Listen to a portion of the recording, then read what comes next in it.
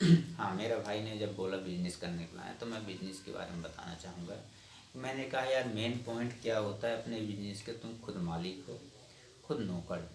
मेरा मानना है मालिक तो है ही हो, ये बात अच्छी तरह से मालूम, लेकिन नौकर भी बनना पड़ेगा अपने बिजनेस, अपने व्यापार, अपना दुकान, कुछ भी मानो।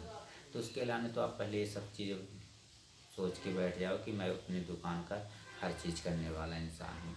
ठीक, दुकान हो, शॉप हो, कंपनी कुछ भी हो, तो आप बिजनेस में करेंगे। तो शुरुआती क्या होता है बिजनेस की, लगभग सबसे पहले 6 महीने तक आपका कोई भी बिजनेस मतलब ज़्यादा प्रॉफिट नहीं देता है।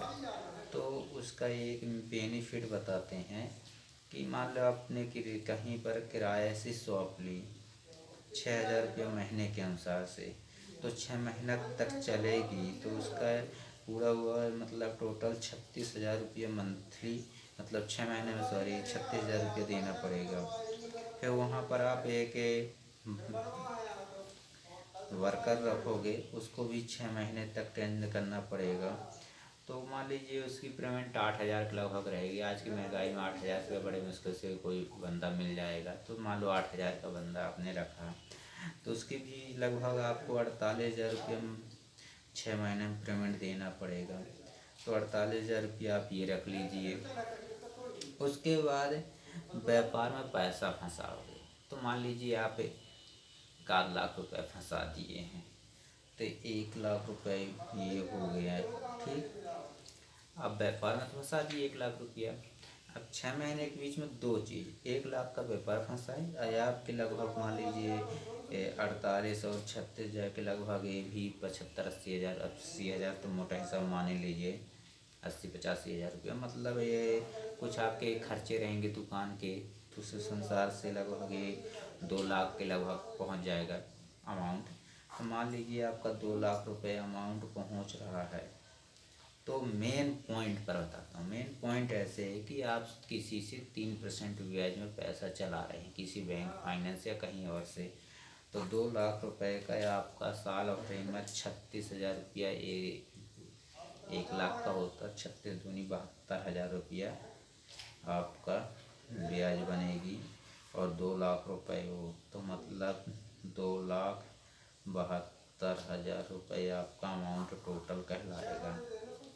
तो 2 लाख रुपए में से सिर्फ आपका पैसा कितना फंसा है, मटेरियल आपके पास कुल कितने का है, 1 लाख ही रुपए का है। तो आप 1 लाख का जो मटेरियल है उसको आप जो भी हो उसको माइनस कर दीजिए। तो मतलब 2,72,000 में 1 लाख रुपया माइनस करेंगे तो मतलब 1,72,000 रुपया आपको कमाना है। ठीक, बाकी 6 महीने में, 6 महीने में जब बाकी कमाओगे आप, तो 6 महीने का बाकी जब कमाएंगे आप, तो उसके लाने मैंने कैलकुलेशन करते हैं कि ये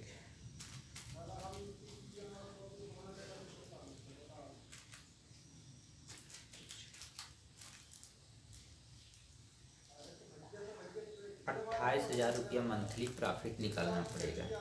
बाकी यदि 6 महीने में आप 28,000 रुपया मंथली प्रॉफिट निकाल लिए, तो मान लीजिए आपका बेनिफिट अच्छा है और आप एक बिजनेस में कामयाब हो चुके हैं। लेकिन ऐसा भी है 6 महीने नहीं, साल भर बाद आदमी निकाल सकता है। लेकिन ये बात नहीं है कि जब मैं बोला कि वो 6 महीने जो बिजनेस नहीं चलेगा तो 6 महीने में कुछ ना कुछ प्रॉफिट देगा। बात है कि पूरा प्रॉफिट नहीं मिलेगा, मतलब जैसे 6,000 रुपया, वो 8,000 रुपये बच्चे की सैलरी, तो 8 6 मतलब 14,000 रुपये, 14 15,000 रुपये महीने तो आराम से निकल आता है किसी शॉप में। यदि ऐसी चीज़ की कोई शॉप है जब इतना देना पड़ेगा तो आपको प्रॉफिट निकाल पाएंगे।